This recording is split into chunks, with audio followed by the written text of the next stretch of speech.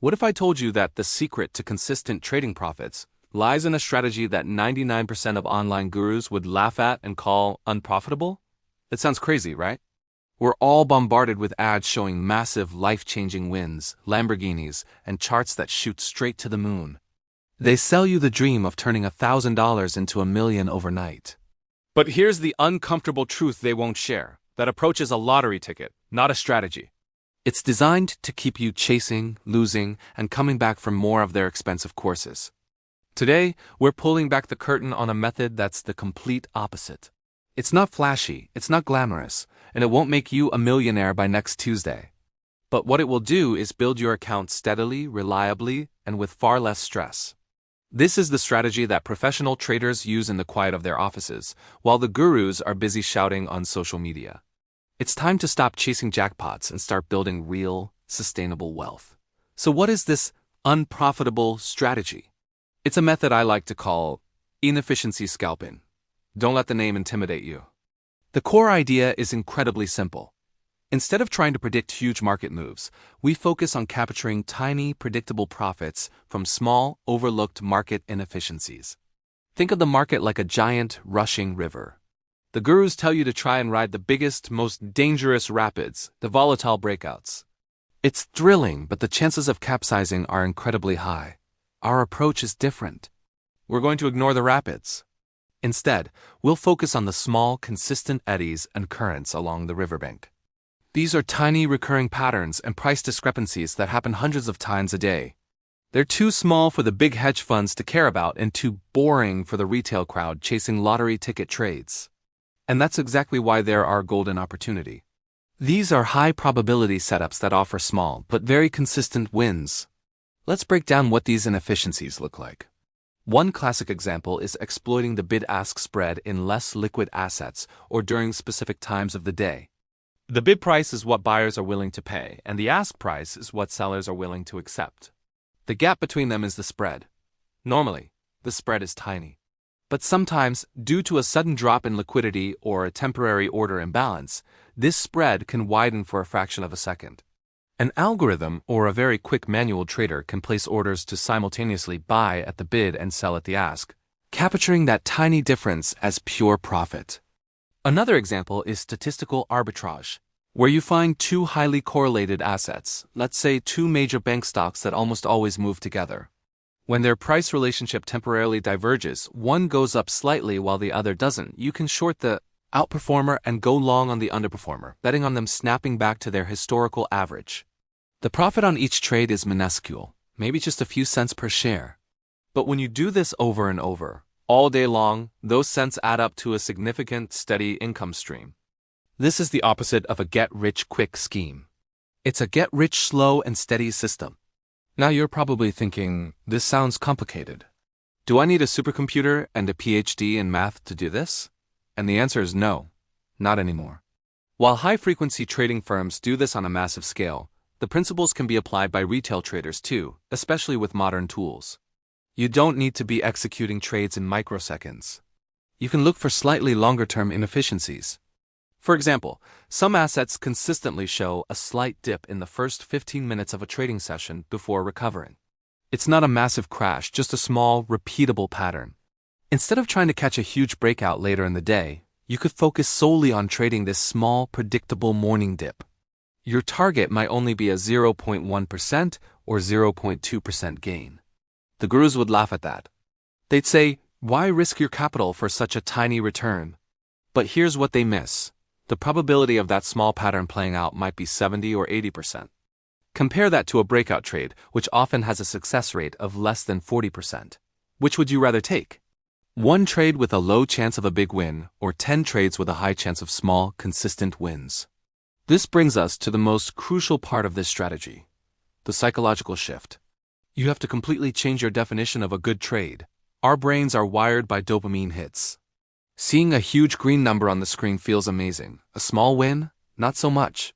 This is the mental trap that keeps 95% of traders losing money. They get addicted to the thrill of the hunt for the big one.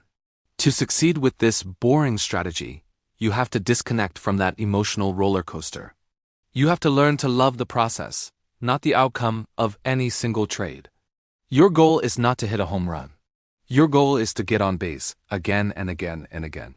It requires discipline, patience, and a deep respect for risk management. Each trade is small, and so is the risk. You won't blow up your account with one bad decision.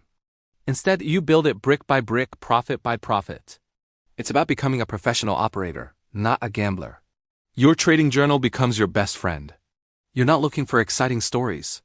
You're looking at cold, hard data, win rates, profit factors, and the consistency of your execution. So how can you start implementing this? First, stop looking for the next big thing. Instead, pick one or two assets you know well. It could be a specific stock, an ETF, or a currency pair. Watch it. Stare at its chart for hours across different time frames. Don't look for huge trend lines. Look for the small, repetitive quirks. Does it tend to bounce off a certain moving average in a predictable way during a specific time? Is there a recurring pattern around news releases? Your job is to become a specialist in your asset's microbehavior. Start with paper trading. Formulate a hypothesis like asset X tends to drop 10 pips and then recover after the European Open. Then, test it rigorously without risking real money. Set a tiny profit target and a tight stop loss. Your goal is a high win rate. Once you've collected data on at least 50 or 100 trades and have a proven statistical edge, only then should you consider trading with a very small amount of real capital. The size of your wins doesn't matter at first. What matters is proving you can execute a plan with ruthless consistency. Let's walk through a hypothetical example. Let's say you're watching the EUR/USD currency pair. You notice that between 8 and 9 a.m. Eastern Time, it often gets choppy and range-bound. You identify a small range, maybe 15 pips wide, that it seems to respect. The guru's strategy would be to wait for it to break out of that range, and then pile in, hoping for a 100-pip move. Our strategy is the opposite. When the price hits the top of that small range, we short it, targeting the middle or the bottom of the range for a tiny profit of maybe 5 or 7 pips. When it hits the bottom, we buy, targeting the middle. We are fading the extremes of the small-scale volatility. Are we going to be right every time? Absolutely not. Sometimes it will break out, and our small stop loss will take us out of the trade for a tiny loss. But if our observation is correct, and it respects the range 7 out of 10 times, we end up with 7 small wins and 3 small losses. Do the math. The net result is positive. We're not predicting the future. We're just playing the probabilities, like a casino. The house doesn't win every hand, but it has a small, persistent edge that guarantees profitability over the long run. That's what we are creating for ourselves. The reason gurus don't teach this is twofold. First, it's not sexy. How I made $50 today with 10 trades doesn't sell courses like How I Turned $1,000 into $100,000 on one trade. It's a boring marketing pitch. Second, it requires actual work and discipline, both from the teacher and the student. It's much easier to sell a magical indicator or a can't-lose signal service. This method forces you to become a true student of the market, to do your own research, and to develop your own edge. It's about empowering yourself, not depending on someone else. The gurus want you to be dependent. They want you to believe there's a secret they have that you need to buy. The real secret is that there is no secret, just hard work, discipline, and a sound, statistically backed methodology. Embracing small, consistent wins is a fundamental mindset shift.